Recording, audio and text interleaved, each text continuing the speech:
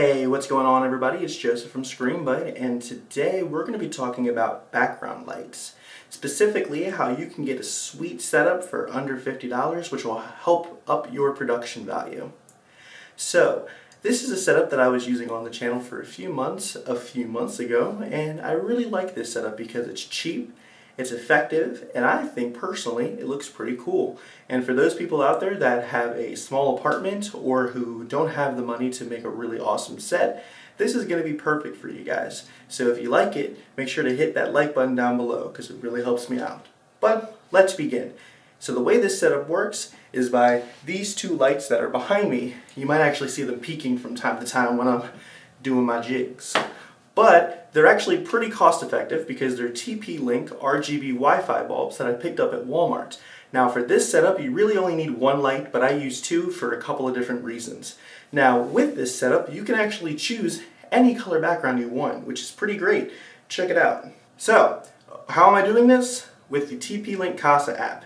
It's built into your phone and it gives you the ability to change the color to anything that you want. But I personally like using Google. Hey Google, change lights to red. You got it. Changing 7 lights to red. Hey Google, change lights to green. You got it. Changing 7 lights to green.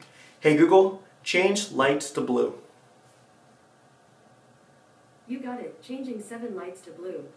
It's super simple and I can stay in front of my camera and adjust the image to be how I want it to be. So let's do a quick tour of the setup so you guys can see what's put into it.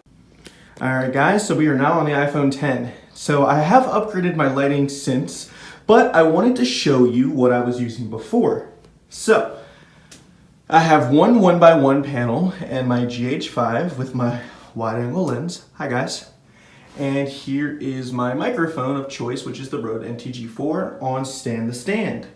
And then back here I have two very cheap light fixtures that I picked up at Walmart, as well as the TP-Link bulbs. In this case they are set to two different colors. And then to give me a little bit of a kicker light, I'm using my, I always forget the name of this brand, but it's a YN216 light. This could also be used as your fill, but I'm personally not a huge fan of how washed out it makes me look because it is actually a pretty decently bright bulb. Let me actually adjust this a little bit here. Woo! Well, bam! Alright. Now you gotta be really careful with these lights though, because it could very easily wash out the background. Alright, back to main cam. Alright, so a quick material list that you're going to need is one light fixture. It can be any light fixture you want. I chose this black one that I found at Walmart when I was picking out my light bulb. And two, you're going to need one TP-Link bulb. Changing 6 lights to blue. You're also going to need some lighting, camera, and microphone, but I'm going to go ahead and assume that you guys have that for this video. And the last thing that you are going to need is a white wall. This is actually important because the white wall is going to be what saturates it with color. Now, if you're in a room with a window, one thing that I really would recommend doing is having blackout curtains.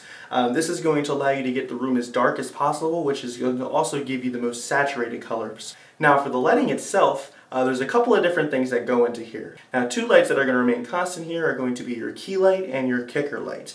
Now, the key light is really important because this is going to be what lights you and makes it so you don't blend into the background. So, for example, I'm now blending into the background.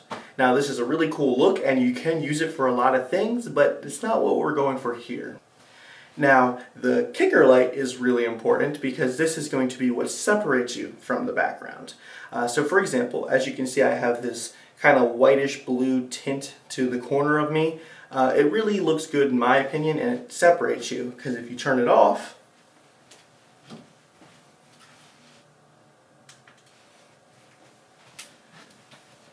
you might still be a different color from the background and the background might look a little bit better, but you're now basically a sticker. Now for the star of the show, the two background lights. Now you could do a couple of different things with these. In your case, with one light, you can do what I'm currently doing, and that's put the light directly behind you, and it's going to create like a slightly brighter halo around you, and then the light is going to leach into the wall. But one thing that I really love and one thing that I would highly recommend getting 2 lights for is this. Now with 2 lights, it doesn't change the overall look too much, but you do lose the halo effect.